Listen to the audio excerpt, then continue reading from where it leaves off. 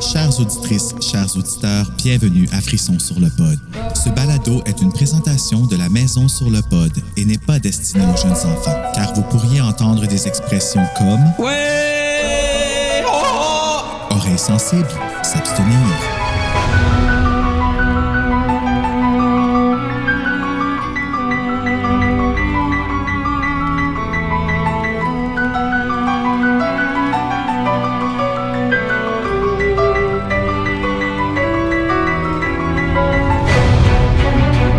Est-elle revenue de l'au-delà? Mais tu dois finir ce que tu avais commencé à dire à propos de Thierry. D'accord, Annie, je vais tout te raconter, mais ça changera peut-être tout. Vraiment. Annie vient de faire la connaissance de Thierry. Je ne comprends pas. Changer quoi? Les sentiments que tu éprouves pour Thierry, c'est au sujet de cette fille qui est morte. En as-tu entendu parler? Non. Elle n'est pas au courant de ce qui est arrivé à sa petite amie. Elle a perdu la vie aux chutes. Qui est-elle? Ou plutôt, qui était-elle? C'est Marie-Hélène. Elle ne sait pas à quel point elle était jolie et populaire. C'était la petite amie de Thierry? Oui. Il faut que tu me racontes toute l'histoire. Elle ignore tout à propos de sa mort. Que lui est-il arrivé? Mais elle va bientôt découvrir ce qui s'est passé. Tu es sûr de vouloir savoir? Dis-moi ce qui s'est passé. Personne ne le sait vraiment. En tout cas, personne n'en est vraiment certain. Commence au début, t'en supplie. Car la petite amie de Thierry est peut-être morte, mais elle est toujours là. C'est arrivé en octobre dernier. Marie-Hélène et Thierry sont allés aux chutes à bicyclette. Marie-Hélène et son vélo sont tombés de la falaise. Elle est morte. Dans les chutes. Dans les chutes. Thierry raconte à tout le monde qu'il avait laissé Marie-Hélène seule durant 1 minute ou 2. Il prétend avoir vu quelqu'un sur la piste cyclable. Il est allé voir qui c'était. Et lorsqu'il est revenu...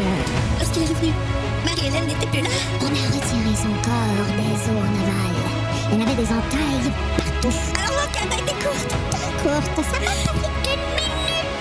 Mais qui va mourir contre Marie-Hélène encore? Toi! Non, je ne peux pas. Oui, tu peux. Tu Ah non, mais Thierry. Ah, jamais! Oui. C'est sûr! Thierry, je t'en prie. Jamais. Le fantôme de la falaise.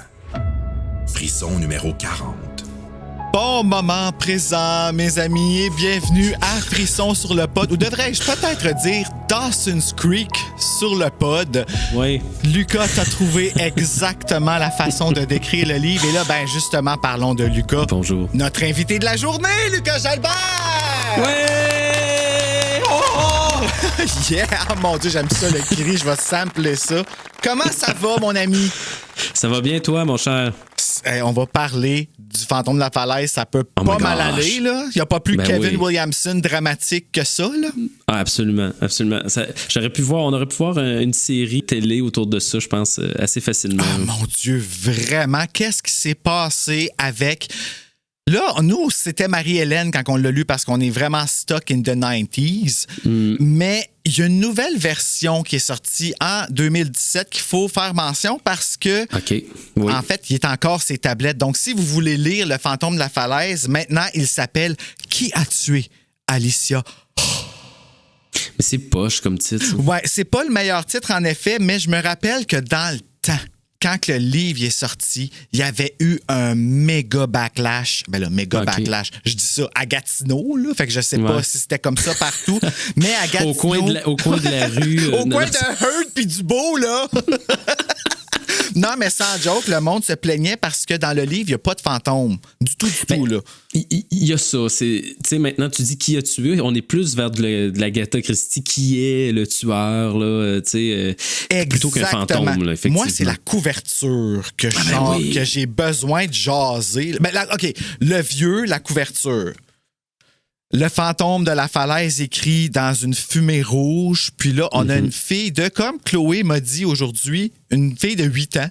Je sais pas pourquoi. Fille de 8 ans, sortie des années début 1900, fin 1800, début 1900 avec sa robe sur le dos. Genre, mais son visage Ouais, c'est ça qui faisait peur. est genre tombé dans un malaxeur. Vraiment. Mais il savait à nous attirer avec les couvertures à l'époque. Quand tu ouvrais le livre, tu étais légèrement déçu. Ben, c'est ça. Ouais. Mais c'est vrai, tu sais. C'est vrai que tu regardes le cover de ça pis t'es comme, what? Oh my... Mais le nouveau cover fait du sens avec l'histoire. Ouais. Montre-moi le don, donc. Moi, j'ai le premier print. Fait que là, tu l'as avec le sang dessus. Ouais, et, ça a plus de sens, effectivement. Mais c'est ça. Ben, maintenant, il n'y a plus de sang. Parce qu'ils ont reprinté celui-là. Il n'y a plus de sang dessus. Il n'y a plus le collant de tout ça. Ouais, mais ça, c'est quand ils l'ont lancé. Là. Mais... en effet, c'est exactement la même histoire, mais remis au goût du jour. Donc, on n'est pas avec Annie, on est avec Audrey. Bon. Là, écoute, je l'ai relu hier, je me rappelle plus d'aucun nom, là, parce que j'ai relu mon résumé tantôt. Mais c'est vraiment comme, tu sais, adapté. Genre, les téléphones ne fonctionnent pas quand c'est le temps ou ces affaires-là pour pouvoir revenir. Et ils ont ressorti aussi d'autres livres de la collection Frisson, mais dont les 3 premières gardiennes, mais pas le 4. Alors, pour en savoir plus sur ces éditions, on va en parler tantôt dans la chronique avec Marc-André. Mais là, impression générale, Lucas, pour Le fantôme de la falaise. Ben, je te dirais, la finale est le fun, tu sais, mais à un moment donné, je trouve que c'est très répétitif dans le courant de l'histoire. Tu sais, il y a souvent des moments où elle se retrouve à la maison, le téléphone sonne, quelqu'un qui parle, puis il chuchote de quoi au téléphone, ou dans son écran d'ordinateur, à l'écran noir d'ordinateur avec l'écriture blanche. Ça me donne une idée de l'époque où on se trouve. Qui est merveilleuse, by the way. Merveilleuse, oui, tout à fait. Mais c'est ça, je trouve que c'était un peu redondant. Puis bon, il va-tu se passer de quoi, mais... Moi, je suis le genre de gars qui aime les trucs surnaturels, paranormaux, puis il y a du monde qui meurt. J'ai trop lu de Stephen King, puis Dan Simmons, puis de Lovecraft. Fait que trop, c'est pas un mot. T'en as lu beaucoup, mais t'en as jamais lu assez. Non, jamais. Au contraire, je pense que je n'ai pas assez lu par rapport à bien du monde que je côtoie. Mais pour dire que finalement, tu lis ça, puis c'est un petit feuilleton téléroman pour adolescents, puis qui est le tueur parmi tous les étudiants de l'école, un peu slasher avant l'heure, mais pas slasher parce qu'il n'y a aucun meurtre. Non, c'est ça. C'est comme un slasher. Je te dirais, tu sais, c'est le journal d'une gardienne, tu sais, les jeans, là. C'était quoi? C'était bon, romans? Ça, 4 filles et un jeans. Bon, c'est ça. C'est un peu ça, mais avec, il y a une tueuse ou un tueur à la fin, genre. Bon. Puis une face à moitié. Dans le fond, c'est peut-être genre une campagne de levée de fonds pour ramasser de l'argent pour y refaire la moitié de face. Refaire la face, exactement. Ouais, parce que la couverture, c'est comme moitié. Le visage de la jeune fille sur le cover qu'on n'a pas dit, c'est qu'elle est moitié squelette et moitié humaine innocente. Ouais. C'est tellement épeurant. C'est ça. En fait, la couverture reflète ce qu'on voudrait rechercher dans l'histoire complète, mais l'histoire nous déçoit. Puis là, tu regardes la couverture. Bon, ben, elle était belle, la couverture. Tellement belle. Je l'ai en rideau dans mon studio. Exact. Puis tu sais, c'est écrit par R.L. Stein. Tu sais, fait que tu dis, il a été capable de faire des affaires plus hautes, plus poussées, plus...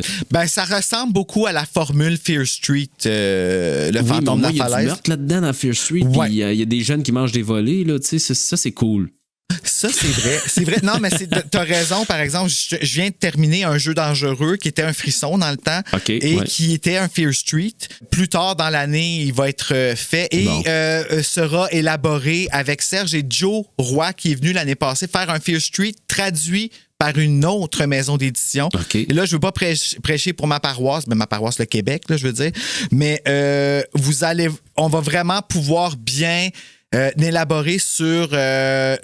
les différences. Pas juste la différence, mais les vertus de nos traductions québécoises et adaptations qu'on a eues.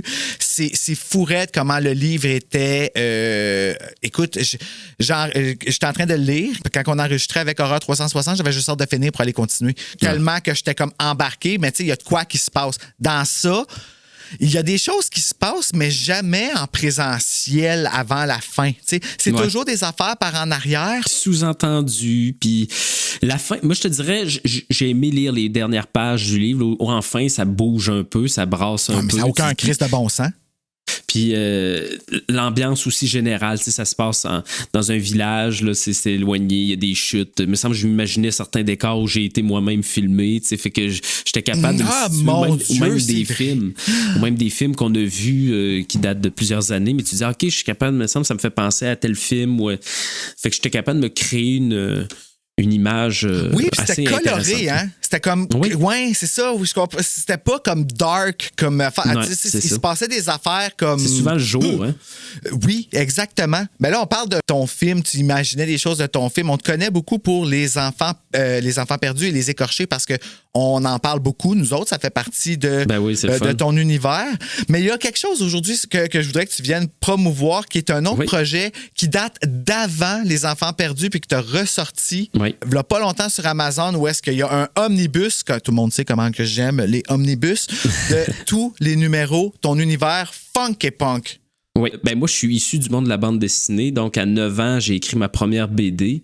Puis à 14 ans, je l'ai publiée en fondant ma maison d'édition Cabro Productions avec laquelle je fais les Enfants perdus aujourd'hui. Et donc, ma série a célébré ses 25 ans l'année dernière, pour te dire. Puis ça fait 22 ans cette année, je fais des conférences dans les écoles autour de ma série BD. Fait que je suis rendu à 2 générations de lecteurs. T'sais. Fait que je recroise des jeunes aujourd'hui qui ont 25, 28 ans, qui sont devenus parents ou même enseignants, puis qui ont encore mes albums ou qui enseignent mes albums dans leur classe, qui ont grandi avec mes albums. Moi, il y en a un, à un moment donné, il m'avait dit, moi, j'ai pas grandi avec Tintin, j'ai grandi avec Funk et Punk, tu sais. Ah, si j'aime ça, la sonorité de funk et punk. À toutes les fois, j'entends I want to punk. Je sais pas pourquoi. C'est ça, exact. Puis, c'est ça, ma série. Il y a eu les premières BD en noir et blanc. Ensuite, je suis passé à la couleur. En 2011, j'ai sorti ma 5e BD. Puis par la suite, ça avait pris 7 ans avant de sortir un nouvel album. Le 6e en 2018, donc, qui coïncidait avec le 20e anniversaire de ma série.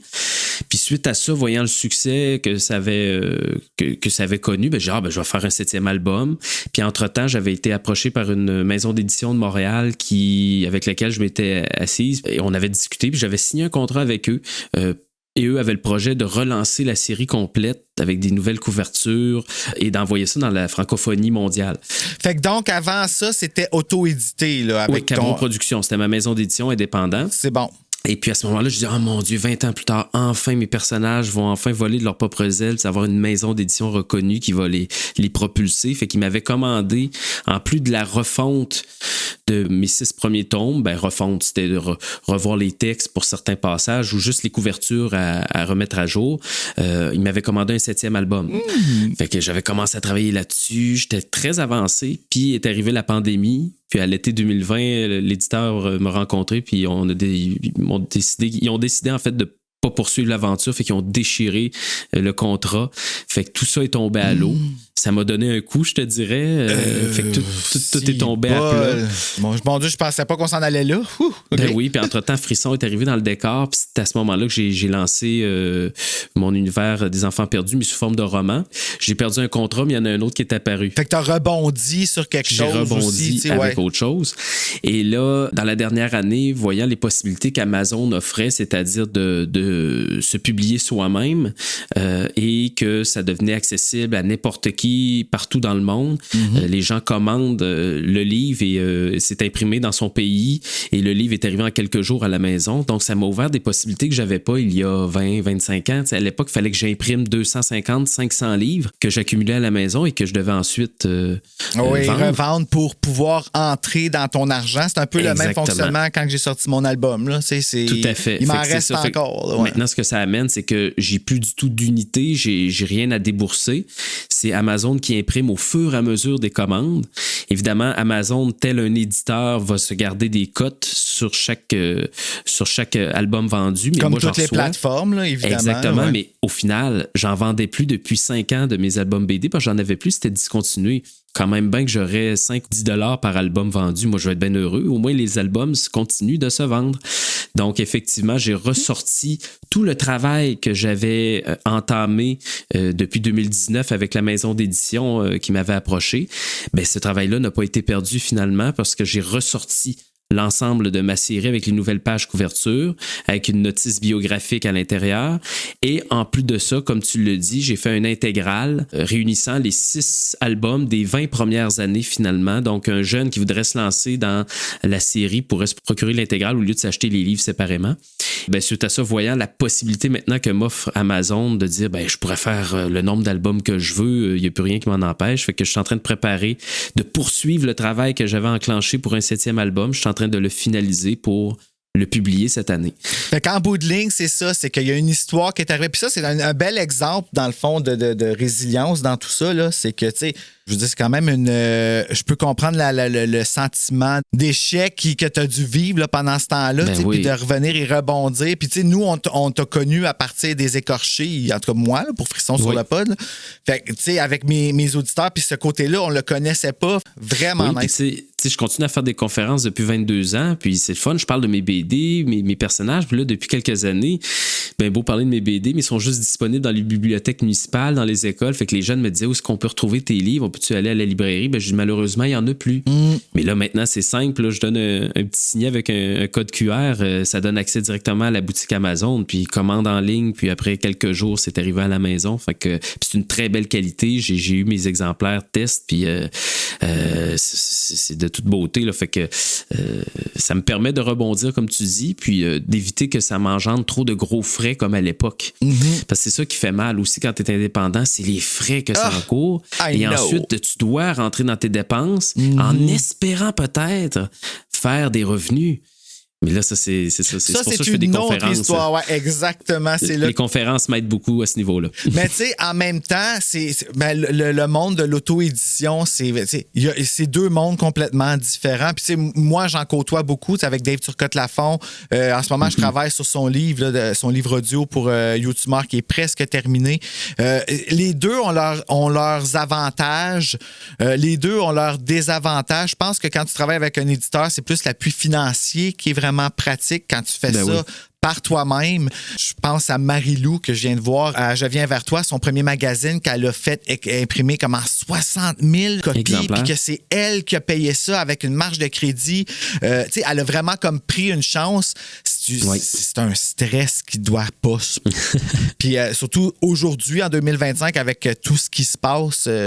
En tout cas, cela dit, j'encourage tout ça. Je vais mettre le lien pour avoir accès à Funky Punk Yes. dans la description, bien sûr, parce que je vais me procurer mon album, moi aussi, éventuellement, promis, parce que ça m'intéresse full. J'aime ça, la BD, j'aime vraiment Ce ça. qui est beau à voir, c'est qu'au fur et à mesure des albums, tu vois la progression du dessin du gamin de 9 ans que j'étais jusqu'au jeune adulte, puis adulte que je suis aujourd'hui. Fait qu'on passe de tous les âges là, de l'adolescence Mais jusqu'à j'aime l'âge ça, adulte. des projets de même, que c'est ton école. Exact. J'ai jamais suivi de cours de dessin. Mes cours, c'était de lire et de relire de la BD puis de me pratiquer à dessiner les personnages qui me faisaient rêver à l'époque. Ce sont ces personnages-là qui m'ont appris à dessiner et leurs auteurs.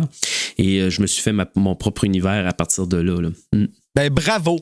Merci. Vraiment, vraiment cool. Fait que là, on s'en va sur la falaise. Le fantôme de la falaise, ben avant d'aller dans le fantôme de la Oui, falaise, oui, c'est vrai. on va aller écouter un autre Bruno dans un autre espace-temps. Non, le même Bruno, mais dans un autre espace-temps, accompagné de Marc-André du livre de Rachel. Ah, salut Rachel. Hey, ça, c'est parce qu'on est tellement high-end, là, on est juste des premiers noms. Alors, Maestro! Bon moment présent tout le monde, bienvenue à ce Frisson sur le pod express. Et pour m'accompagner aujourd'hui, Marc-André Lapalisse! J'allais direct vers la présentation parce qu'on n'a pas de temps à perdre. On parle de Rachel Graveline aujourd'hui. En tout cas, je te remercie, Bruno, parce que c'est exactement la lecture que j'avais besoin, moi, jeune papa. Tu sais, un bon petit roman, je sais pas si je dirais du comfort food, mais tu sais, c'est le fun de renouer avec ses feelings un peu d'adolescence. T'as dit comfort food, c'est le mot parfait. Vraiment, là, de la nourriture de réconfort. Oui. Tu sais, pour, je sais pas si c'est un terme, mais tu sais, quelque chose comme du Nutella. Du Nutella pour les émotions. Rachel Graveline, qui est l'autrice de Sombres aveux. Elle a présenté notre mois en santé mentale qu'on a fait à Terreur sur le pod, Serge et moi. Elle nous a fourni un livre, Sombres aveux, qu'on avait fait tirer. Je me rappelle même plus c'est qui l'avait gagné en plus. Bjorn San Giovanni. Puis là, ben, en échange, j'avais dit à Rachel, hey, ça serait vraiment cool qu'on fasse une chronique sur ton livre, justement, pour en parler. Puis elle m'a dit, Ben, go for it. là, je me suis dit, je vais faire appel à l'expert du livre dans ma gang parce que tu étais libraire Mais oui. et maintenant bibliothécaire.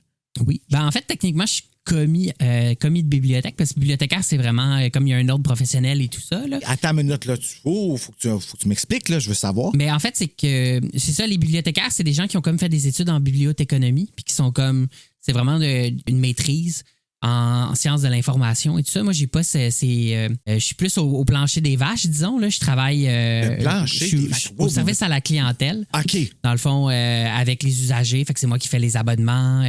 Je fais des conseils de lecture. Je place les livres sur les rayons. Je m'assure que tout est en ordre. OK, ben ça, c'est la job vraiment cool. Là. Ouais, les bibliothécaires, ils font plus de la gestion, en fait. Ah, OK. Ils vont développer les collections, des choses comme ça. Ils vont faire les achats pour les bibliothèques.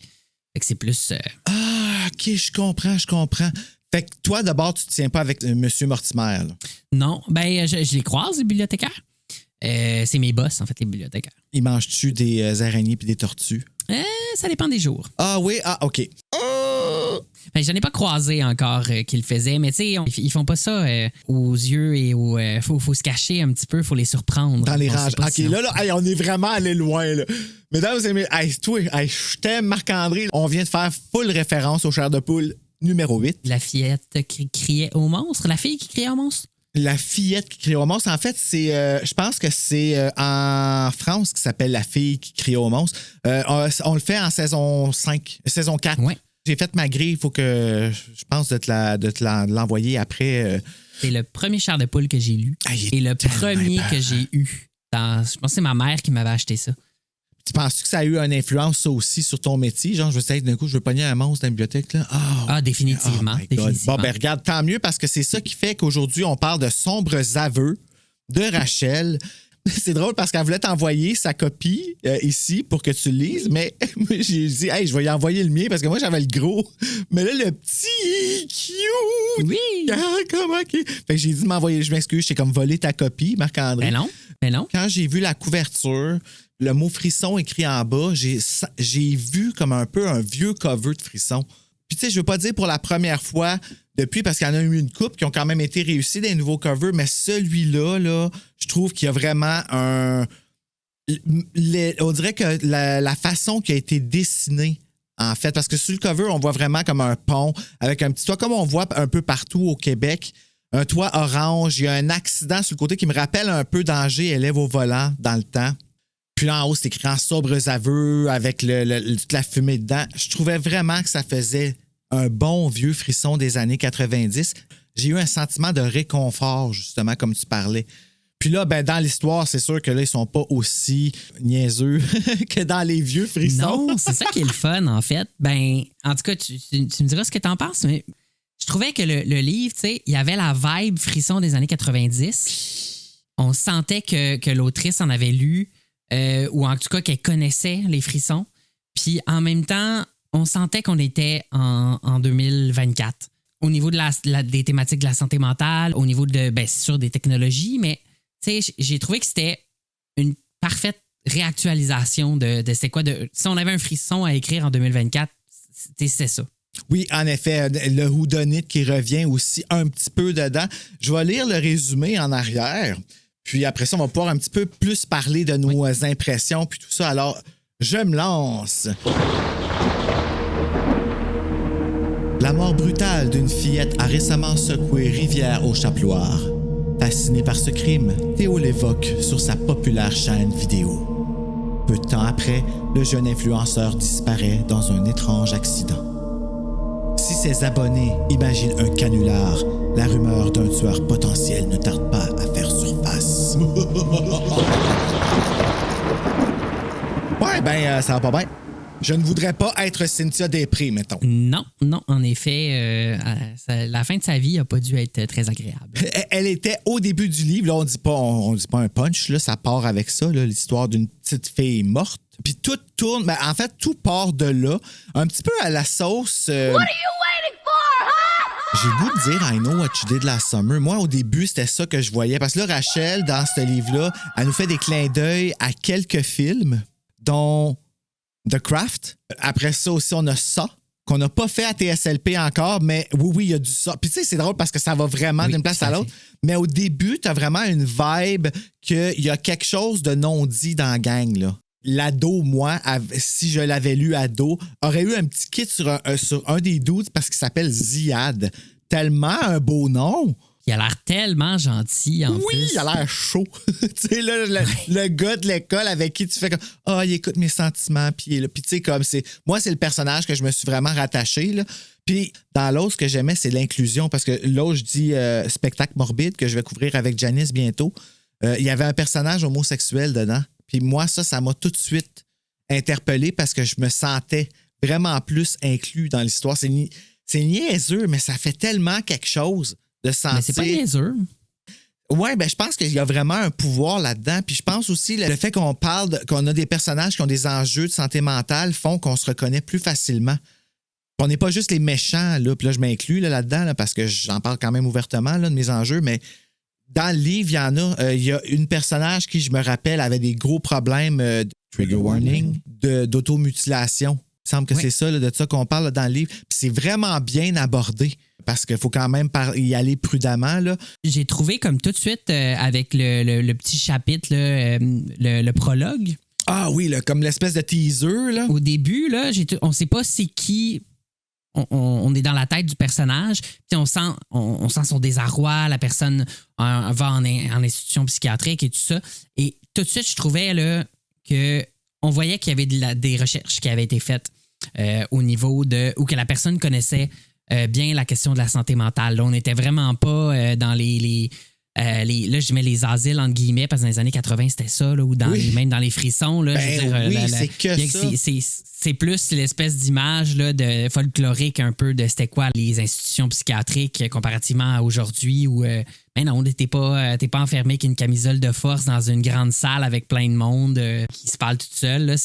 Non, mais elle me fait bien ma camisole, tu trouves pas? Tu sais, ben, c'est ça que tu vois dans les films des fois, là, comme dans Vol au-dessus d'un nid de coucou. Là, ben, c'est pas les institutions de santé mentale en 2024. Mon Dieu, on est allé loin, le Vol au-dessus d'un nid de coucou. Moi, j'avais Halloween dans la tête, Michael Myers. Ouais, là, ça pourrait être ça aussi. Mais tu sais, il y a des gens qui font des suivis de jour puis qui font des thérapies une fois par semaine, des thérapies de groupe, ils prennent la parole, puis c'est ça. Puis ça, j'ai trouvé... tu sais, globalement, j'ai trouvé que, dans le fond, tu sais, ce qui nous fait rire dans les frissons des années 90, ben là, c'est sérieux puis c'est bien fait. Ben oui, ben c'est abordé d'une façon vraiment différente. Dans les années 90, qu'est-ce qu'on remarque surtout, c'est que en fait, le trouble en santé mentale est le problème. Il fait que c'est ça que le tueur ou la tueuse pète une couche, comme on dit. Oui. Mais tu sais, c'est hyper mal abordé. C'est un cheap thrill. Oui. Ici, là, c'est ça que c'est les frissons post-méta. Moi, je pense que c'est depuis Scream. Tu sais, Scream a un peu gâché. Je ne veux pas dire gâché parce qu'on les réinvente aujourd'hui. Avec Frissons sur le pod, je parle, quand on relit les vieux, on s'amuse quand même pas mal, tu sais. Mais on pourrait pas faire un épisode de Frissons sur le pod avec le concept tel quel avec le livre de Rachel. Ça fonctionnerait pas.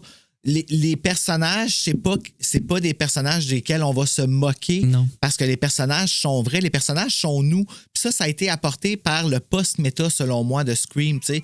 Où est-ce qu'il fallait... Puis là, tu vois, Britney Spears vient de m'approuver sur mon téléphone. Direct quand que je dis ça. Puis, en effet, tu sais, tu parles de ça par rapport à la recherche, par rapport à Rachel. Je sais pas, moi, je la connais pas personnellement. On se parle quelques fois sur Instagram. Elle va venir faire un frisson avec nous autres bientôt. Une lumière dans la nuit. Je suis en train de le lire en ce moment. Je vais te l'envoyer après. Puis, je me rappelle d'un message que j'avais vu sur Instagram de Rachel qui faisait je pense que c'était de la révision de manuscrits ou des choses comme ça. Puis, elle avait pris le temps d'écrire une révision qu'elle disait faite dans la bienveillance et dans la constructive. Aide-moi donc avec ce mot-là, s'il te plaît. Ben, ça, là? Des critiques constructives ou une lecture constructive. Oui, c'est ça, merci. Tu sais, je trouvais que son approche à Rachel, c'était vraiment important pour elle que ça sache qu'elle avait ce petit quelque chose de conscience par rapport à quelque chose. Je vais le faire dans la bienveillance. Puis ça se sent dans ses livres. Il y a de l'inclusion, comme je disais tantôt dans Spectacle morbide qu'on va revoir avec Janice. Puis celui-là aussi, il y a de l'inclusion quand je parle juste aussi des ethnies que dans le... Oui. Tu sais, Ziad qui est dans le...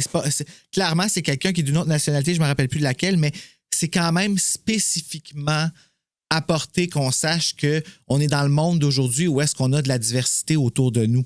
Puis tu sens que c'est pas le sujet du livre, ça apparaît en filigrane, mais c'est normal.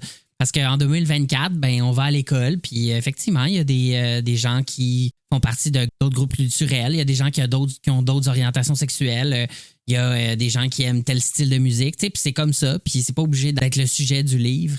On s'en formalise pas, mais en même temps, il y a quand même la question un peu du racisme là, qui apparaît dans le cas de ce personnage-là. Là, on n'en dira pas plus là, parce que ça nous obligerait à dévoiler un punch. Mais... Oh, c'est vrai, mon Dieu, j'ai failli m'ouvrir la trappe parce que ça vient de me revenir. Là.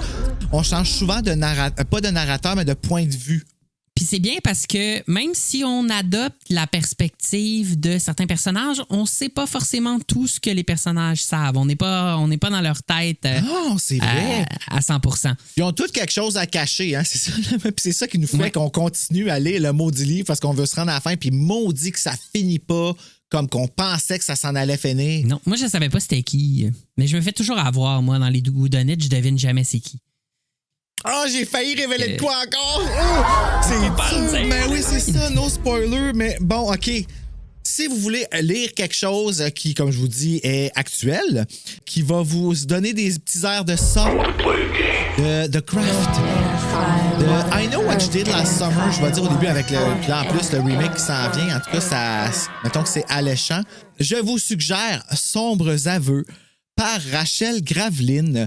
Frisson 100% québécois, même disponible frisson de poche dans les librairies 13,95. C'est quand même très abordable. Merci de les sortir en format poche. Frisson, ils sont tellement beaux. C'est vrai qu'ils sont beaux. Puis, quand même, hein, c'est un frisson 14 ans et plus. Moi, je me demandais jusqu'où on irait. Puis c'est quand même effrayant, honnêtement. Là, puis c'est ça que j'aime aussi, c'est que je trouve que l'autrice, elle prend pas les lecteurs et les lectrices pour des niaiseux. Les personnages sont intelligents, l'intrigue est intelligente, il y a plein de références. Des fois, il arrive des choses, je dis « Ah ouais, écoute, c'est quand même effrayant. Hein? Moi, à 14 ans, je lisais du Patrick Sénécal, mais c'est pas un bon exemple. J'étais trop jeune pour lire ça. Mais j'aurais aimé ça lire ça, moi, à 14 ans aussi. En effet, on aimait beaucoup les frissons, on connaissait pas ça encore. Là. J'essaie de leur donner encore un petit peu d'amour, là, mais c'est vrai qu'on est loin du Fear Street. Là, là, c'est, Mais je veux pas. Par ailleurs, quand je dis ça, je veux pas les dénigrer, les frissons, hein, Bruno. Mon Dieu, des années 90. Je veux pas. Je veux dire, c'est le reflet de cette époque-là, les années 90. Puis dans les années 90, ben c'est ça, on était les questions de santé mentale, on connaissait moins ça. Mais c'est hot qu'on en soit à ça là, dans les frissons.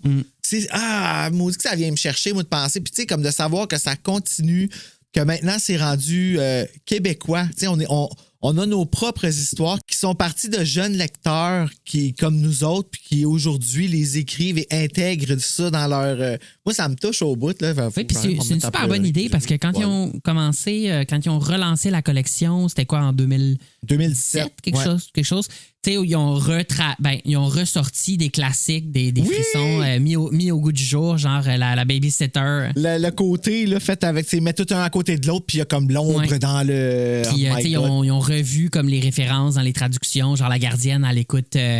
Harry Potter au lieu de Ghostbusters, je pense, quelque chose comme ça. Ben oui, toi. Je trouve qu'ils ont eu la bonne idée après ça de passer, ben c'est ça, justement, de sortir de commander des frissons à des auteurs québécois. Oui, mais ils n'ont pas sorti La Gardienne 4. Oh, ça me fait mal.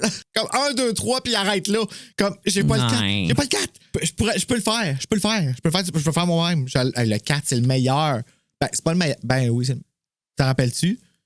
J'ai pas lu le 4. T'as pas lu le 4? OK. Prochain que je trouve, je te fais signe là, parce que... Shame on me. Shame on you. Ben sinon, t'écouteras Frisson sur le pod l'année prochaine parce qu'on va le faire. On n'aura plus de gardienne à partir de l'année prochaine. Tu viendras nous garder. Oui, c'est ça. Tu vas avoir appris avec Barbara, hein? Oui, tout à fait. J'ai changé des couches. Si nécessaire. Yeah! On a quelqu'un pour le faire! Puis je fais des pets de vente en prime, moi, avec ça. Ah, mais ça, je les garde pour moi. OK, j'arrête là. Là, j'imagine quelqu'un qui arrive, tu sais, qui ouvre la porte, puis toi qui es en train de me faire des pets de vente. Oh, qu'on s'en va loin. Okay. Chair de poule numéro 61, pet de vente fatale. Bon, OK. Oui, c'est ça. Sur ce, je renvoie le micro à Bruno et Lucas qui vont terminer le fantôme de la falaise.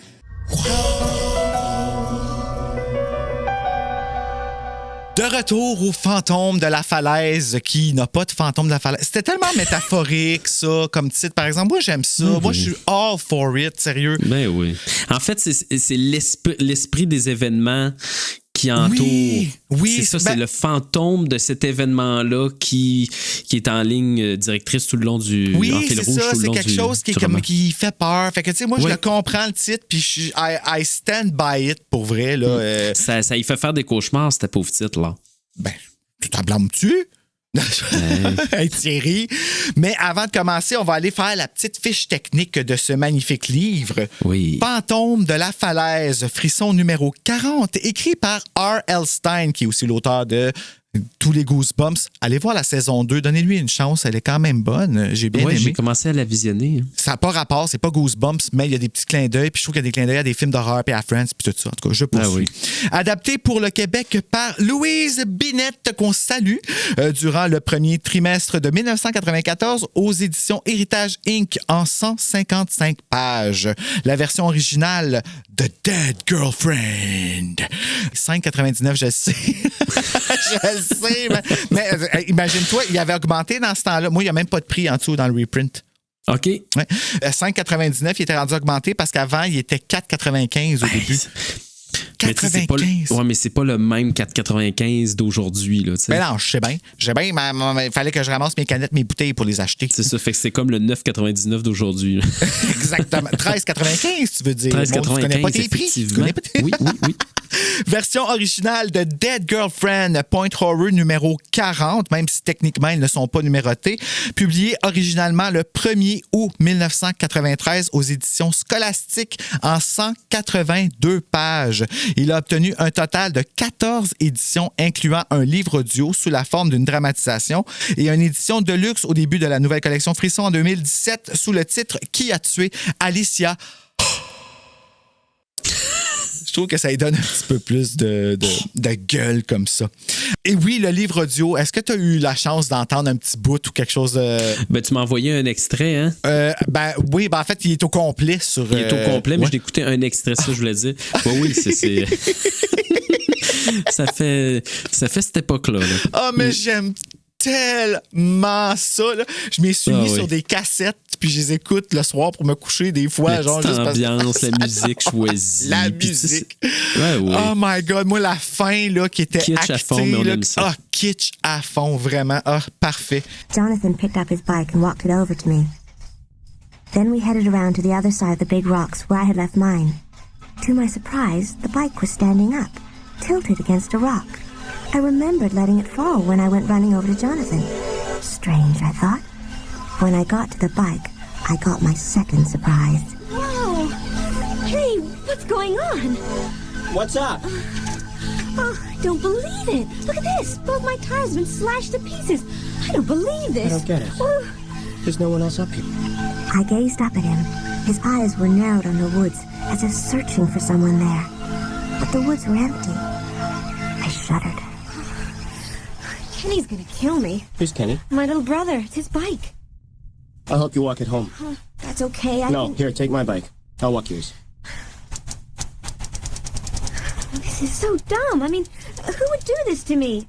I mean, who would climb all the way to the top of the falls just to wreck some stranger's bike? Alors, écoute, je vais aller faire un petit teaser. Oui. Qui est en anglais parce qu'en français, on n'a pas de teaser. Ben déçu, des fois ils en mettent, des fois ils en mettent pas, mais j'aime ça des teasers. Puis là, quand il faut que je les fasse en anglais, je suis toujours nerveux parce qu'en anglais. Alors, on y va comme suit. Please, don't jump! Bon, je suis inspiré par le livre audio, je pense. I shielded my eyes from the sun, and then I saw him, a teenage boy, wearing jeans and a yellow t-shirt. He was standing over the falls, right on the edge. I gasped. I hadn't expected him to be standing there. He didn't see me. He was staring straight down to the jagged black rocks below the falling water. He took a step forward. My heart stopped. I realized what he was about to do. Stop! I screamed. Don't jump!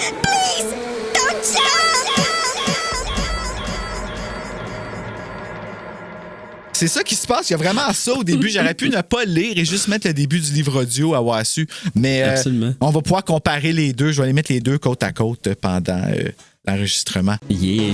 I shielded my eyes from the sun, and then I saw him. A teenage boy, wearing jeans and a yellow t-shirt. He was standing over the falls, right on the edge, staring straight down to the jagged black rocks below the falling water. He took a step forward. My heart stopped. I realized what he was about to do. Alors, Lucas, es-tu prêt à aller embarquer dans le fantôme de la falaise, dans le pas à pas? Mon Dieu. À revivre ça. À revivre ça. C'est la dernière fois, je te le jure. Hey, mais sérieusement, je pense que j'ai pris plus de plaisir que de relire le passage secret. J'avais fait ça avec toi puis Joe. Hey, une belle lurette. Ça fait une belle lurette, mais tu sais, là, j'ai... Oui, il y a des fois, je dis, mon Dieu, OK, c'est long, pourquoi rien? Non. Mais vers la fin, ça m'a comme, OK, on veut savoir ce qui se passe. Comment ça va se vivre? Fait que tu tournes la page, je veux savoir comment ça va se terminer. Là, la satisfaction, en fait, de savoir qu'il va y avoir un aboutissement. Exact. Fais-toi le plaisir d'aller écouter la fin sur le livre audio, pour vrai, puis il va être dans la description en bas, là, sérieusement. Surtout quand que la personne ressurgit pour se dévoiler. C'est... Sing again! Ça, c'est la musique. Vraiment. Moi, j'ai bien aimé ça. Alors, Lucas, laisse-moi te raconter mon frisson. On ne sera pas en chapitre cette fois-ci. C'est vraiment un résumé que j'ai traduit direct de l'Internet. Alors, genre comme un grand synopsis. Là. Exactement. Alors, cela va comme suit. Thierry est un bad boy. C'est ainsi qu'Annie, notre héroïne, le présente au tout début. Elle vient d'emménager à Clermont, qui si ça avait été Fear Street, ça aurait été Shadyside. Moi, des fois, c'est ça que je me dis. R.L. Stein, il vendait ses romans, tu sais, puis il adaptait avec les Shadyside puis ces affaires-là. Si c'était Fear Street qui l'achetait ou si c'était Point Horror qui l'achetait, il enlevait le Shadyside. Okay. Je vois souvent cette formule-là revenir. Là. Donc, elle a déménagé à Clermont avec ses parents et son petit frère Maxime, dont on se crisse. Hey, mais moi, c'est ça j'allais dire. Ils ont tous des noms, puis il a fallu leur trouver des noms, mais ils ne servent absolument à rien. Exactement. On a son basic, c'est ça. J'ai des idées. Elle décide de faire une excursion en vélo jusqu'aux chutes d'eau de la ville dont l'agent immobilier leur avait parlé lors de la visite. Elle avait dit que ces chutes étaient parmi les plus belles du pays. Hey, on n'y est plus, là. Damn. On n'y est plus, fait que là, c'est ça. De chutes que c'est ça, ma foi. Parce que c'est pas les chutes de Gatineau, ça, c'est sûr. Parce que des fois, ils coulent même pas, ces chutes-là. Disons-le. Bon. Lorsqu'elle y aperçoit un garçon sur le point de sauter en bas, elle lâche son vélo, ou plutôt celui de Maxime, et court l'aider. Mon Dieu, c'est ce qu'on vient de vivre. C'est ce qu'on vient de vivre, mais en anglais. En anglais. Fausse alarme, c'est juste Thierry, le bad boy.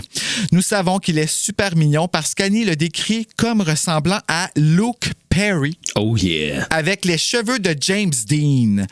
Puis là, c'est-tu assez... On est dans l'époque de Friends, hein? C'est vraiment, parce que moi, Luke Perry, je me pouvais plus. C'est à cause de lui que j'ai loué le film de Buffy. Bon. Quand j'ai vu qu'il était sur le cover. Mais c'est-tu eux autres au Québec aussi? Les noms, tu te rappelles-tu? C'est ceux qui ont dit? Parce que, tu sais, ça aurait pu être genre... parce qu'aujourd'hui, ça serait ressemblant à Éric Bruno avec les cheveux de... J'ai le goût de dire Michael Gouin. Il a des vraiment beaux cheveux, mais Éric Bruno, il a déjà des beaux cheveux. Je vais essayer de... Pendant que tu continues, je vais essayer de voir ce qu'ils disent. Après avoir expliqué qu'il devait rencontrer quelqu'un là-haut, Thierry flirte un peu... Thierry flirte un peu avec Annie avant de la raccompagner à son vélo. Ils retrouvent les deux le vélo de Maxime vandalisé. Quelqu'un a crevé les pneus. Fait que là, ça, c'est la première menace. En regardant autour, les adolescents remarquent qu'il n'y a personne d'autre dans les parages. Alors qu'il l'aide à retourner en ville, Thierry tombe sur son amie, Fanny. Fanny. En anglais, elle s'appelle... Fanny.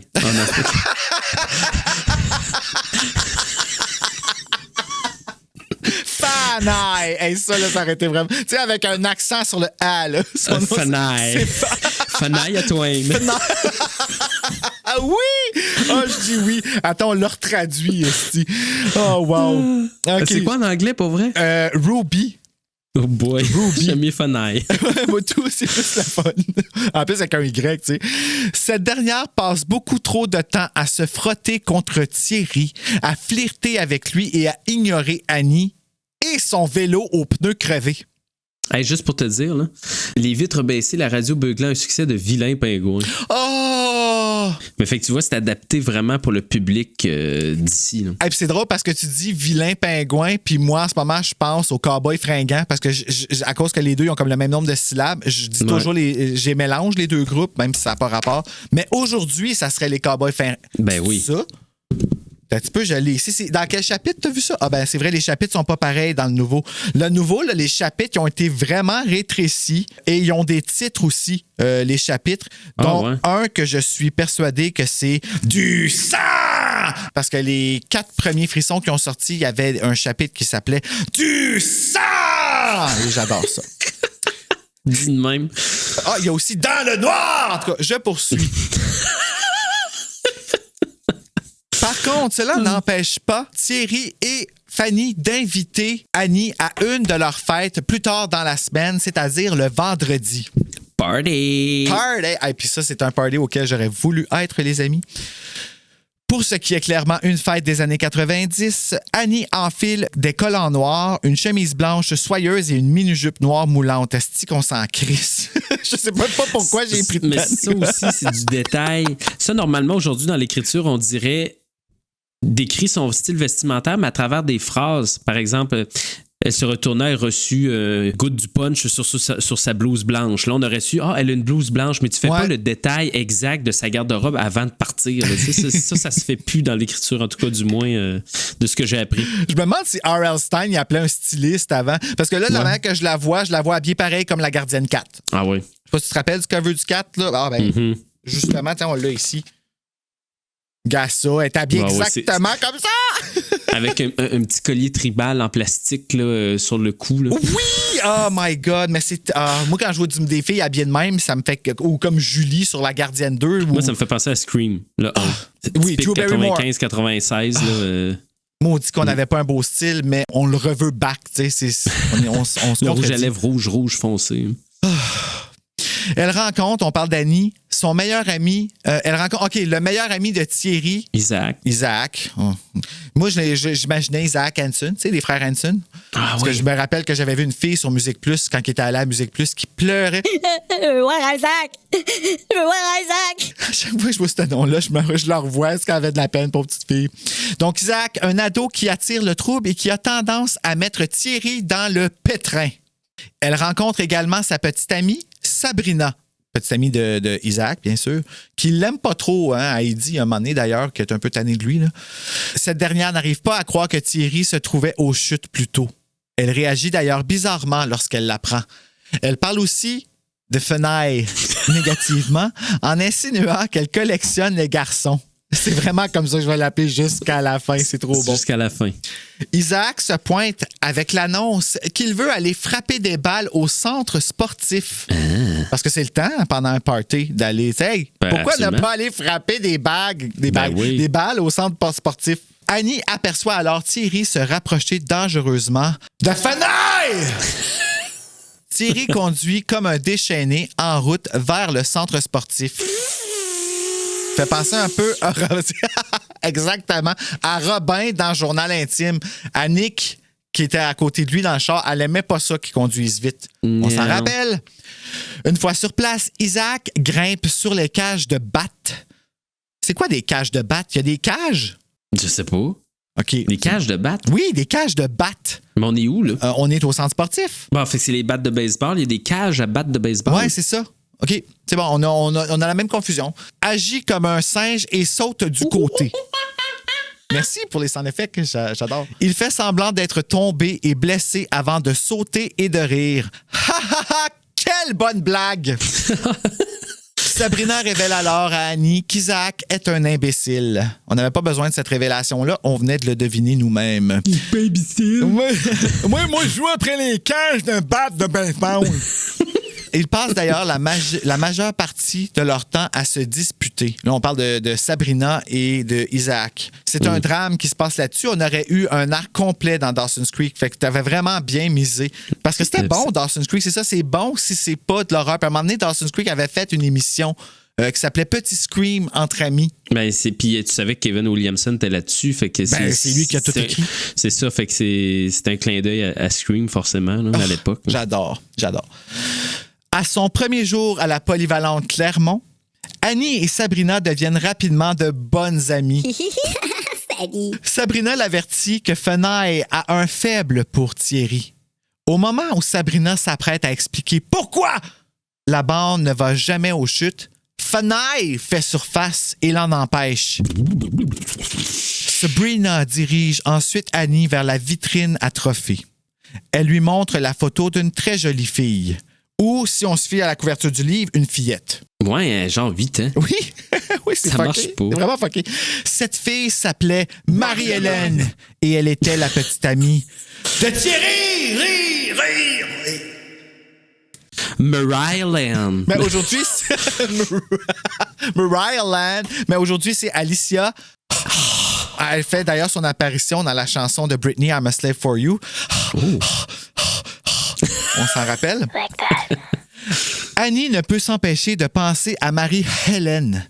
Elle finit par demander à Sabrina de tout lui raconter sur l'histoire. Selon Sabrina, Marie-Hélène et Thierry sont allés faire une balade à vélo jusqu'aux chutes. Thierry a raconté qu'il s'était disputé et qu'il a laissé Marie-Hélène seule pour reprendre ses esprits. Quand il est revenu, elle n'était plus là. Ils ont retrouvé le vélo de Marie-Hélène au pied des chutes. Plus tard, ils ont retrouvé son cadavre! Imagine, là. Mais ça c'est quand. C'est encore une fois très journal intime. Mais oui. Compressé. Comme certaines langues sales ont aperçu Thierry batifolé avec Fenaille, la plupart des élèves de l'école le croient coupable d'avoir tué Marie-Hélène. C'est ça qui arrive là. Fait que là, ça parle dans les écoles. Puis les jeunes feraient ça aujourd'hui aussi. Ben, ça serait déjà texté, puis ça serait déjà sur Instagram et TikTok. Ouais, exactement. Pas sur Facebook. Facebook, c'est plus in. Ils l'ont même dit dans Scream 4. Checker, gang, gardez le cadavre en bas de la rivière, live sur TikTok. Et voilà, on pourrait le voir sur X, tu sais, parce que X ne censure pas. Bien qu'Annie ne croit pas que Thierry soit un meurtrier, elle l'appelle tout de même pour lui demander des explications. Parce que, tu sais, c'est toutes de ses affaires. Moi, c'est ça qui me fait rire là-dedans. C'est tout, il regarde, là, tu sais. Thierry admet avoir eu un One Night de 90s avec Fenaille. Ça, c'est un bon titre de frisson. Si je relance la collection, là, numéro 95, c'est le même qui va s'appeler One Night de 90s avec Fenaille.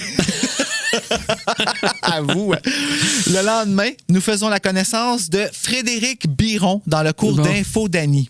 Une autre affaire. C'est moi, Frédéric Biron. J'aurais dû me présenter de même au début. Il la rend d'ailleurs mal à l'aise.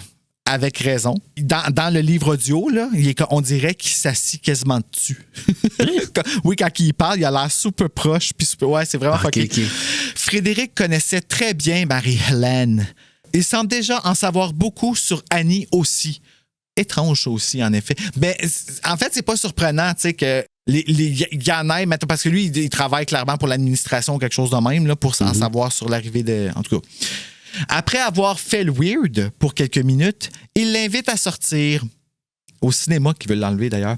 Il se ravise aussitôt en disant qu'elle a probablement déjà beaucoup de plans. Il prend la fuite dans le couloir.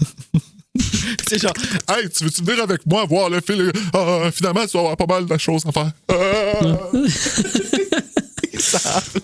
La fille est juste là, genre, OK. Donc, Annie se rend au local d'informatique. Je m'en vais au local informatique. Pour ressortir ma disquette de ma sacoche. C'est la disquette noire. Ça pèse 4 livres. Tu sais, là, quand tu la bouges, genre... Je vais aller sur la toile du Québec et encarta. La toile du Québec! Oh my God, je me rappelle de ça. Alta Vista. On revient. Comme elle est nouvelle à l'école... Tout comme Bella dans Twilight. Je sais pas pourquoi je me suis mis ça comme note, mais il fallait que je le mentionne. Annie doit faire du rattrapage en faisant des recherches. Elle doit aussi rédiger un rapport important et le remettre en même temps que tous les autres étudiants. Alors, on s'identifie à Annie ici, à comprendre que nous aussi, on a eu ça à faire quand on était nouveau, qu'il fallait qu'on se rattrape. Je sais pas si tu as déjà été nouveau, là, mais moi, je me rappelle, là, c'était quand à un moment donné, j'ai changé d'école en 2e année. Là. En cours d'année? Oui, en plein mois de décembre. Oh, genre comme après les vacances de Noël, j'arrivais genre à une autre école. Puis le langage était différent comme... en tout cas, c'était vraiment fucké. Puis tu sais, les fonctionnements, fait que c'était assez angoissant. J'imagine à l'adolescence. Puis pour Annie... Quand elle insère sa disquette dans l'ordinateur, elle découvre que quelqu'un a supprimé toutes ses notes. L'auteur de ce coup pendable a aussi laissé un avertissement tout en bas de son document. Éloigne-toi de Thierry. Ça pourrait te sauver la vie. Ça ferait un très bon slogan pour Frisson si on était en 1990. Puis c'était d'ailleurs écrit sur le cover « S'éloigner de lui aurait pu lui sauver la vie ». J'aime beaucoup ça. En anglais, c'est « She loves him. She loves him not ». Je sais pas lequel j'aime le plus, pour vrai. En français, « Elle l'aime. Elle ne l'aime pas. » En dessous, tiret « Fenaille ». J'arrête. Fenaille à Twain. Fenaille à Twain. Annie prend la fuite effrayée et rentre dans Sabrina. Elle rentre dedans, le paf. Celle-ci refuse de croire que Fenaille pourrait être l'autrice de la menace. Thierry arrive et explique à Annie qu'il prend des cours d'électricité avec Fenaille. C'est plate. On la soupçonne, Fenaille, par exemple. S'il prend des cours d'électricité, ouais. C'est sûr que s'ils prennent des cours d'électricité, c'est logique que c'est elle qui a effacé sa disquette. Lucas, voyons. Ben oui. Comment tu n'y as pas pensé? C'est pas plate pantoute. Et les cours ont lieu tous les samedis. Oui, je te l'avais dit, c'était pas plate. Il n'est pas intéressé par elle, mais il la considère comme une bonne amie. Là, il parle de... OK, Thierry qui parle de Fenaille. OK. Faut suivre, hein? Mais même s'il est sorti avec une autre fille, Annie accepte tout de même de sortir avec Thierry ce week-end. Ouais, ça, c'est quelque chose qui revient d'un frisson, d'accepter que le gars sorte avec... Moi, ça n'aurait pas passé, là. C'était open bar, là. Ils partent faire une balade à vélo et en chemin rencontrent Isaac qui fait semblant de faire du vélo devant un camion. Ah, OK. Devant un camion, c'est ça. À la blague, bien sûr. OK. Ça, c'est un autre cliffhanger qu'il y a eu dans le livre, qu'on pensait qu'elle allait se faire happer par une voiture. Mais non, il l'a évité. Mais il est quand même malade, le gars, là. C'est quoi son problème il y a quelque chose qui marche pas, là. Une fois arrivés aux chutes, Fenaille et Sabrina les y rejoignent. Comment ça? T'sais, ils disent qu'ils vont jamais aux chutes, mais ils sont toujours aux chutes. Toujours rendus là. Ils sont tout le temps sur le bord de se tuer. Éloignez-vous donc, gang. Ils veulent pas se tuer. Ils veulent juste se faire peur de se tuer. Ah. C'est super toxique comme environnement, comme climat de gang. Ils passent tous un moment ensemble, mais s'aperçoivent soudainement que... Tourne la page! Puis tu sais, ils sont tout le temps sur le bord des chutes, mais tu sais, le son des chutes, ils s'entendent jamais parler, faut tout le temps qu'ils gueulent. Genre. C'est à cause de ça qu'il y a toujours des malentendus. Thierry a disparu. Non! Fenaille commence à hurler qu'il est mort, qu'il est tombé en bas des chutes. Ben voyons, Fenaille, calme-toi. Non, il était juste écœuré, puis il a sacré son camp. Il a compris, mais il a crissé ça d'être là. Il a Jésus crucifié son camp. À ce moment, Thierry sort des buissons, saute sur son vélo et s'enfuit. Il est allé faire pipi. Il est vraiment... Ah!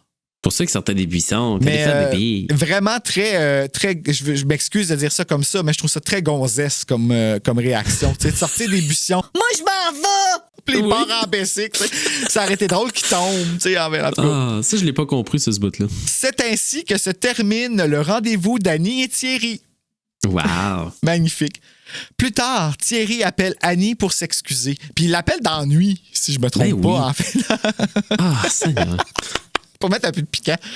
Puis là, dans le livre audio, tout ça arrive parce que je viens de l'entendre en plus. C'est ça. Salut, Annie. Quel est ton film d'horreur préféré? Parce que je veux t'emmener au cinéma ce vendredi puis m'excuser en même temps pour... Tu sais, c'est carrément... Mais fallait finir le chapitre. T'sais. Il lui demande de sortir à nouveau.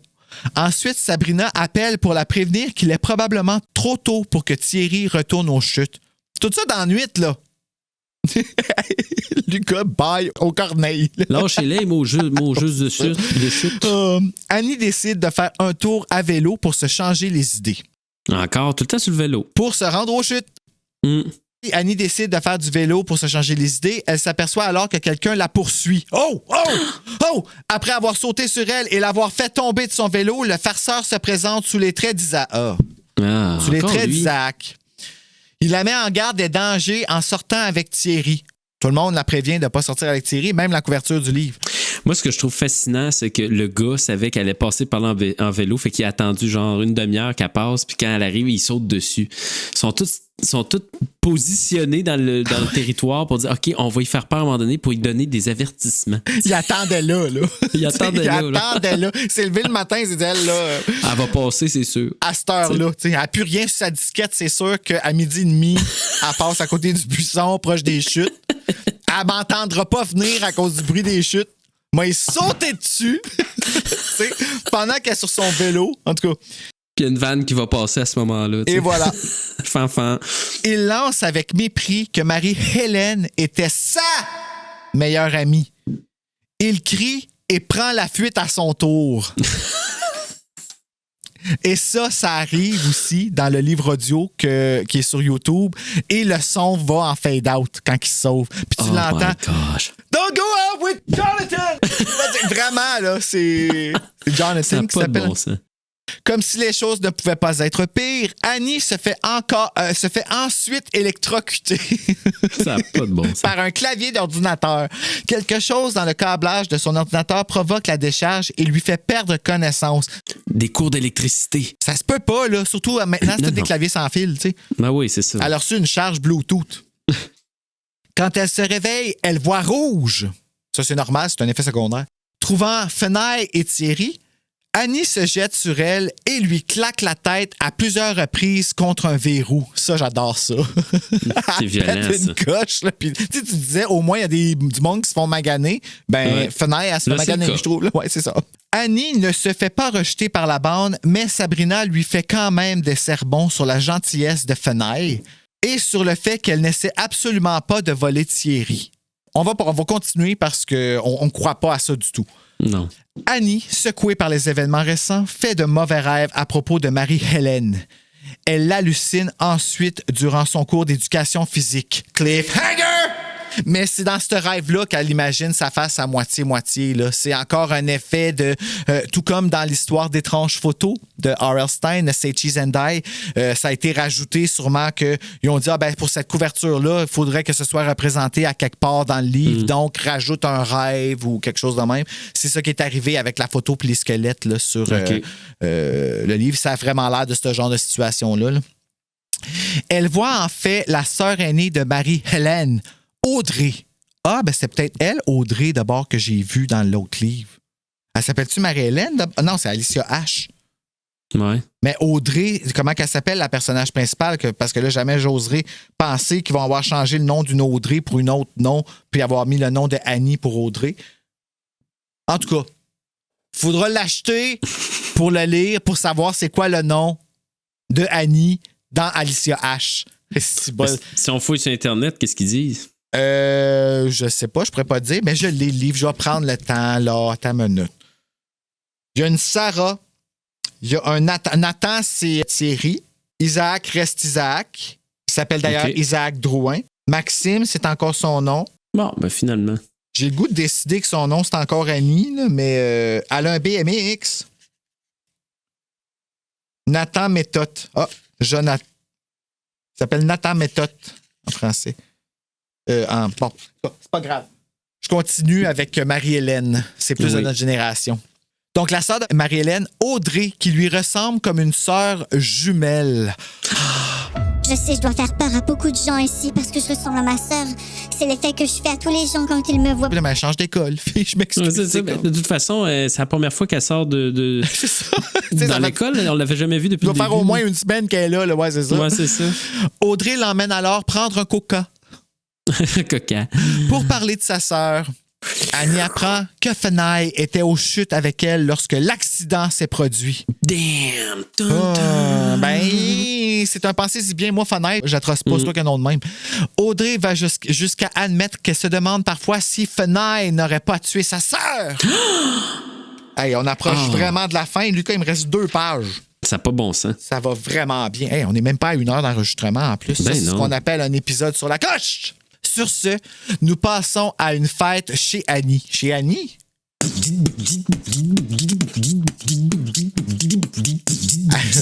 D'ailleurs, on dirait le podcast de JF Gabouri. Cyril Licton pourrait mettre ça en background. J'ai enregistré avec lui hier, puis c'est comme de la super bonne musique, mais c'est son podcast. Donc, on est au party chez Annie. On va mettre de la musique en background.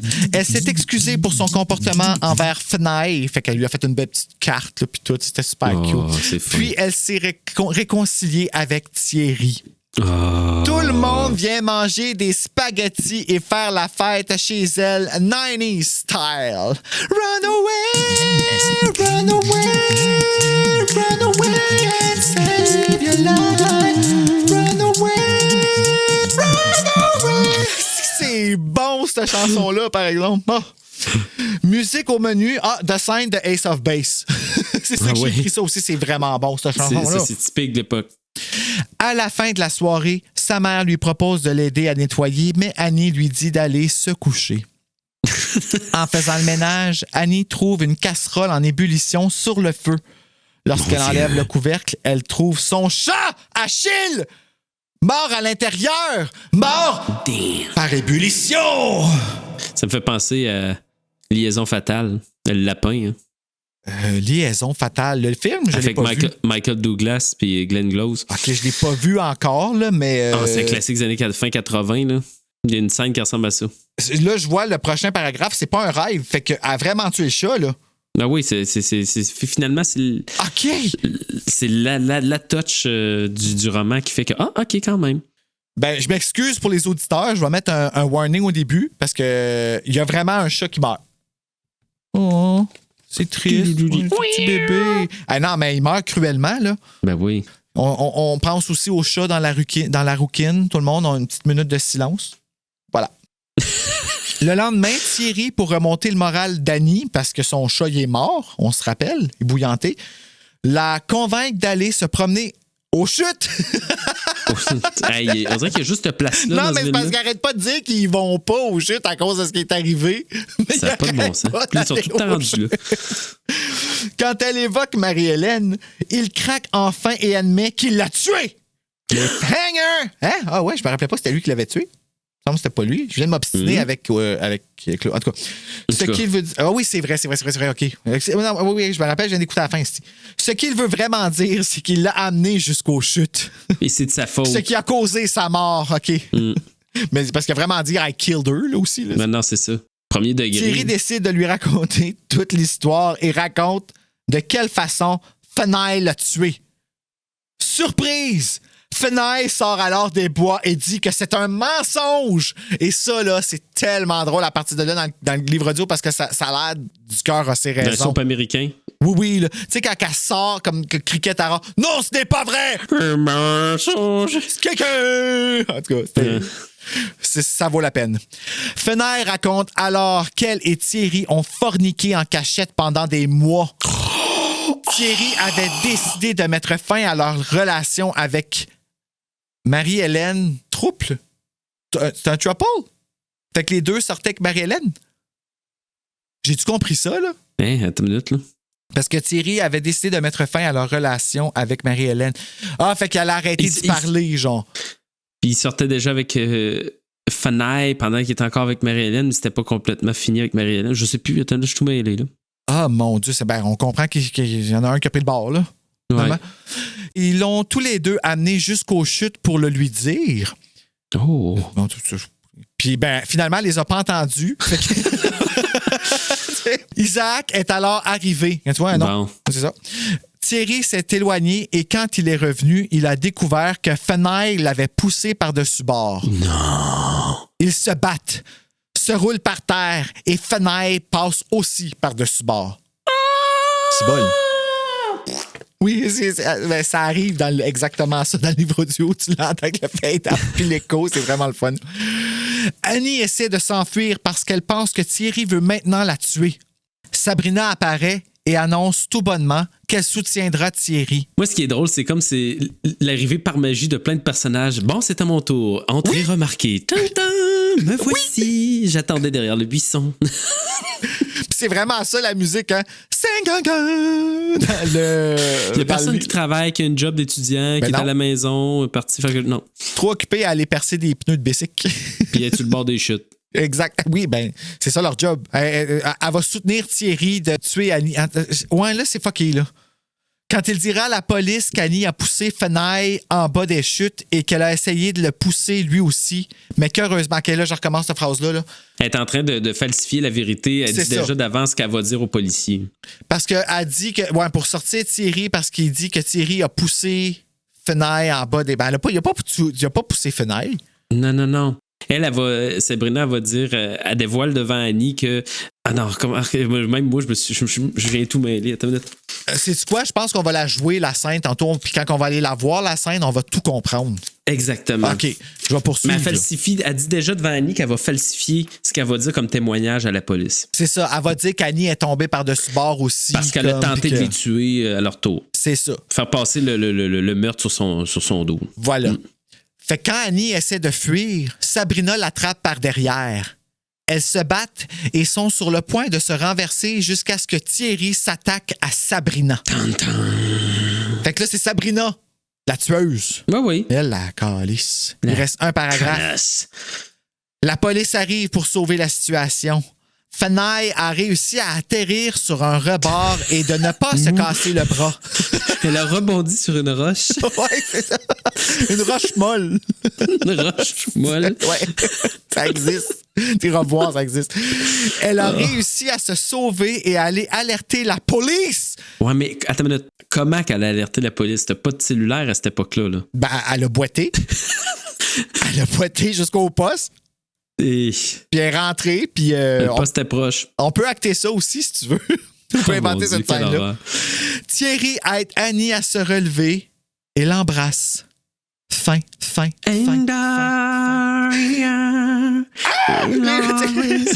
la fille qui chante, là, puis elle n'est pas capable d'avoir la note, fait qu'elle crie, là, sur le coup. Ah, c'est qu'elle capote, man. Fait que c'était ça, c'était le frisson, c'était le fantôme de la falaise. Il y a où le fantôme là-dedans?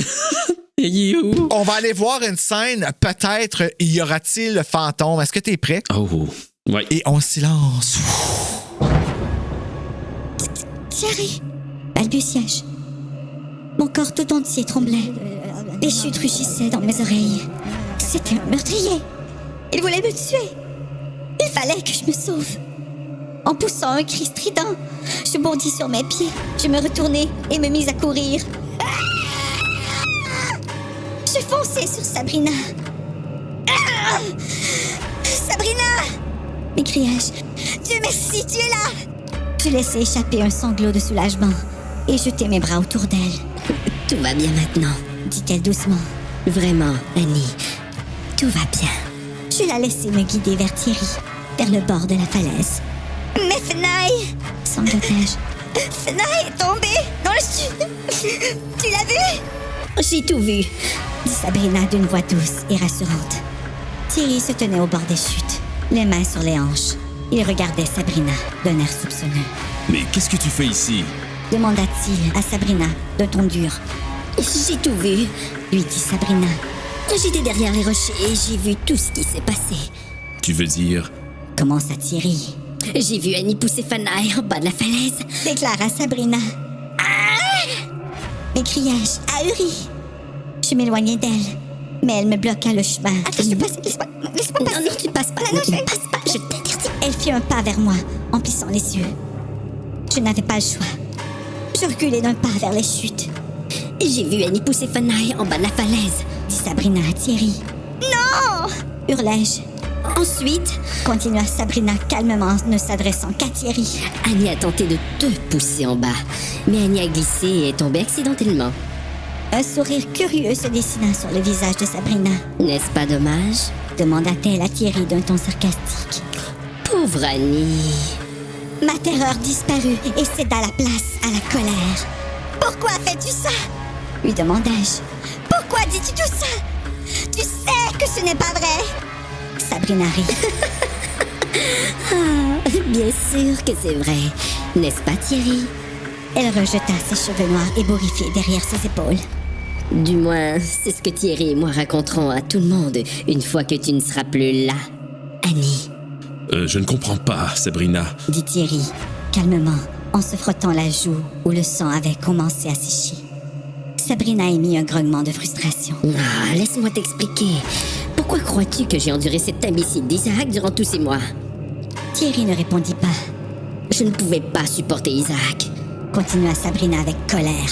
Mais je suis restée avec lui seulement pour être près de toi. Elle prit une grande inspiration. Après avoir tué Marie-Hélène, j'ai cru que toi et moi... Tout comme Thierry, je laissai échapper un cri de surprise. C'est toi qui as tué Marie-Hélène? Demanda Thierry dont le visage était écarlate. Sabrina eut un rire amer. Durant tous ces mois, Fana et toi, vous êtes soupçonnés l'un l'autre. C'était tordant. Je me suis bien amusée. Vraiment. Mais Sabrina... Commença Thierry. Sabrina l'interrompit. J'ai cru que l'on pourrait être ensemble après, Thierry. Mais tu ne t'es pas aperçu de ma présence, même après que j'eus tué pour toi. Il y a d'abord eu Fenaille qui ne te laissait jamais tranquille. Ensuite... Sabrina leva les yeux vers moi, les traits déformés par la haine. Ensuite, Annie est arrivée. Avec ses cheveux blonds parfaits et sa petite silhouette parfaite. J'ai tenté d'effrayer Annie. J'ai vraiment essayé. Mais... C'était Sabrina depuis le début, constatai-je. C'est elle qui avait tailladé mes pneus de vélo, essayé de m'électrocuter, fait ses appels anonymes et tué Achille. Merci pour ce résumé de bande dessinée, Annie. Sabrina, mon amie qui aimait Thierry au point de tuer pour lui.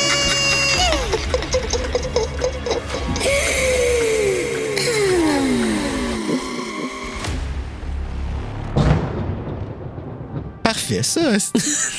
Wow, sérieux, je trouve qu'on était mieux servi que le livre audio. On devrait faire le livre au complet, Lucas. Au complet. Au complet. Il nous reste la conclusion. Alors, après toutes ces émotions, mon Dieu Seigneur, c'est pas facile d'être Annie. Maintenant que j'ai incarné sa peau, je peux te le dire, elle fait vraiment pitié. Oui. Je vais te dire que Goodreads a donné 3,57 sur 5 à ce livre-là, basé sur 1236 ratings. Ah, quand même. C'est beaucoup, c'est vraiment beaucoup. Hein, pour moi, je lui ai donné 3,9. Toi, combien tu y as donné sur 5? Parce que j'ai eu du fun, surtout avec la scène. Là. Ben, tu sais, j'aurais pas été à 4, mais entre 3,5 et 4. Fait, bon, disons 3,75. 3,75, c'est à peu près la même chose que... Ah non, c'est vrai, les autres, c'est 3,57. Fait que 3,75, Lucas, voilà, c'est noté. Et as-tu des titres alternatifs? Si, mettons, toi, t'avais été l'auteur du Fantôme de la Falaise, tu serais pas l'auteur du Fantôme de la Falaise parce que ça serait passé de toi. Mais si, mettons, t'avais comme à trouver un titre, ça serait quoi pour toi? La gang d'innocents sur le bord des chutes. Les chutes, tout simplement. J'en ai trouvé 5 ici. Attends une minute, je te donne ça. Il n'y a pas de fantôme à la falaise. Ouais, ça. Si on voulait le mettre... Ah, qui a tué Marie-Hélène? Ben ouais, ce serait ça dans le temps si on prend l'autre titre. A Nightmare on Claremont Street. Oh! Ça, c'est pas pire. Ça, c'est pas pire. L'ex d'outre-tombe. Et menace sur un floppy disk. OK. J'adhère à tout cela. Alors, ben, on a fini avec le fantôme de la falaise. Mon Dieu Seigneur, ça a donc bien été vite. La petite fille à la jaquette, à la face scrap, est partie dans la rivière. Oh, c'est le fun. Ben, merci beaucoup, Lucas, d'être venu avec moi, d'avoir joué si bien Sabrina, vraiment. Là, cette saleté de Sabrina. Mais je reviendrai, je me vengerai, je vous le jure. Oui, il faut pour un autre prochain livre. Peut-être un chair de poule. Cette fois. Ça pourrait être vraiment cool avec un watch party puis tout ça. Là, on se garde ça en tête. Alors, d'ici le prochain épisode, mes chers amis, je vous souhaite de faire de beaux cauchemars!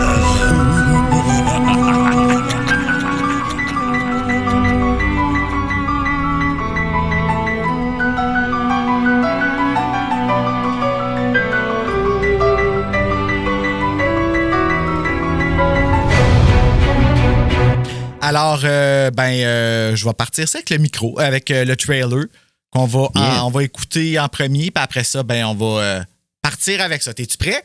Oui. Et c'est... avec Marc Boisclair en plus. C'est parti! Oh yeah. Voyage dans le temps. Tu l'entends pas? Non, c'est silence total de mon bord. Ah! Moi, je suis là, puis je suis en train d'écouter, puis il n'y a rien qui se passe. Ouais, j'ai dit, il a l'air d'avoir du fun. J'ai dit, ça vient plus à bout de partir. Ben voyons donc! OK, attends une minute. Là, ça, c'est parce que... Veux-tu que je coupe mon truc ou on part ça neuf? Ça devrait... Non, laisse-le aller. On va... C'est bon. tu vas gager ça au montage. Je cherche... c'est parce que c'est vraiment drôle, mais tu sais, on parle de choses qui fonctionnent puis qui ne fonctionnent pas, là. Habituellement, ça fonctionne dans mon téléphone. Comme je le fais jouer de mon téléphone, puis ça fonctionne. Puis là, pour une raison que je ne m'explique pas, la plug ne fonctionne plus. Bon. Puis ça passe sur le... Ta minute, la maudite marde. Je vais faire un share screen, comme ça, peut-être que ça va... fenêtre, ça. OK, tu me diras si t'entends quand que je vais passer. T'as-tu entendu est-elle revenue? Non. Ben voyons donc, pourquoi ça fonctionne? Arrêtez le partage. Hey, aujourd'hui, là, c'est pas le temps! Ça n'a pas bon sens. Cibole. Ah, je sais pourquoi tu l'entends pas. À ta minute, c'est parce que moi non plus, je suis pas sur le bon micro. Je suis sûr que c'est ça. Microphone, ben ouais, je suis pas sur le bon micro. Sainte calice. Là, tu m'entends-tu? Oui, t'es plus feutré. Bon, OK. T'es plus studio, là. OK. Voilà, puis là, si je pèse play... Ah oui. C'est une calice. Bon, là, c'est la bonne. Voilà, on avait vraiment un problème de plug de bon micro. Cibole. OK, bon, je vais repluguer ça pour qu'il recharge, par exemple. Là. Ouais. En tout cas, on a un Easter egg, ça, c'est sûr. Je vais mettre le silence en plus. Le gros silence d'une minute. Là, bon, OK, je passe ça pour vrai avec mon livre de prêt pis tout. C'est parti. C'est parti. C'est parti. C'est parti.